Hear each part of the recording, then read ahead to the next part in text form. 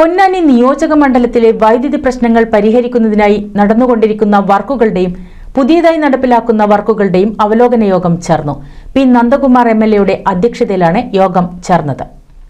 Ponnani കുണ്ടുകടവിലെ substation നവീകരണം, power supply വർദ്ധിപ്പിക്കൽ, transformer ശേഷി വർദ്ധിപ്പിക്കൽ, ഫീഡർ വർക്കുകൾ തുടങ്ങി നടന്നുകൊണ്ടിരിക്കുന്ന വർക്കുകളുടെയും പുതുതായി വരാനുള്ള വർക്കുകളുടെയും അവലോകനം യോഗത്തിൽ നടന്നു. വിതരണ മേഖലയിൽ 129 കോടി രൂപയുടെയും പ്രസരണ മേഖലയിൽ 36 കോടി രൂപയുടെയും പ്രവൃത്തികളാണ് നടന്നുവരാനുള്ളത്. 11 kV ലൈനിലെ നിലവിലെ പ്രവൃത്തികൾ പൂർത്തിയായാൽ തന്നെ കുണ്ടുകടവ് സബ്സ്റ്റേഷന്റെ ശേഷി 60% വർദ്ധിക്കും.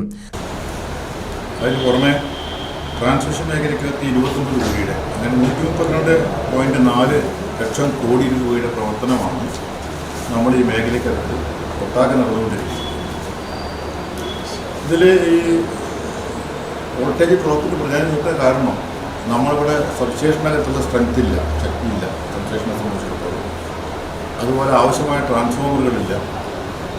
പിന്നെ ഇതിന് സാധ്യതയ്ക്കനുസരിച്ച് ലൈനില്ല. ഇതെല്ലാം പ്രശ്നങ്ങൾ ഈ മണ്ഡലത്തിനകത്തുണ്ട്. അതിനൊരു പരിഹാരം കാണണമെന്ന രൂപത്തിലേക്കാണ് വർക്കുകൾ പ്ലാൻ ചെയ്തിട്ടുള്ളത്.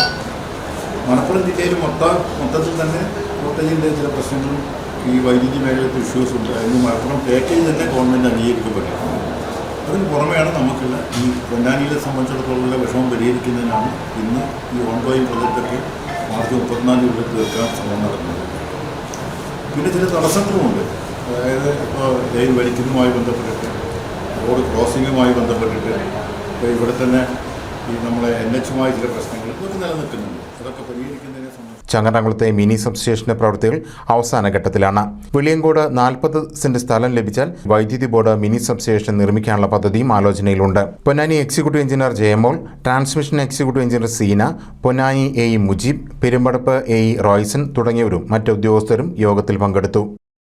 പുതുമയണിഞ്ഞ് എടപ്പാൾ, കാലത്തിനൊത്ത മാറ്റവുമായി എടപ്പാളിൽ വിവാഹ wedding mall, Krisan plaza building, Kuttippuram road, Edappal.